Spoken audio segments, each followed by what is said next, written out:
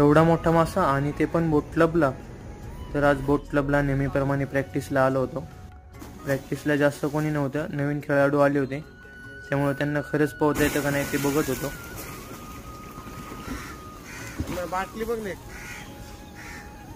ज्यांना पोहता येतं त्यांनी करायचं काय, तर बसले टाइमपास करत छोटे छोटे मासे पकडत होते.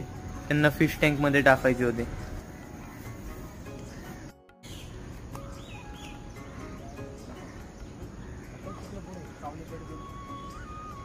मग बाटलीत पकडून झाल्यावरती दाखवत होते कोणकोणते मासे त्यांना सापडलेत. आणि आज जे मासे पकडायला आले त्यांची तर मजाच झाली आज, कारण सर्व मासे असे वरती आले होते. काय झालं होतं माहित नाही,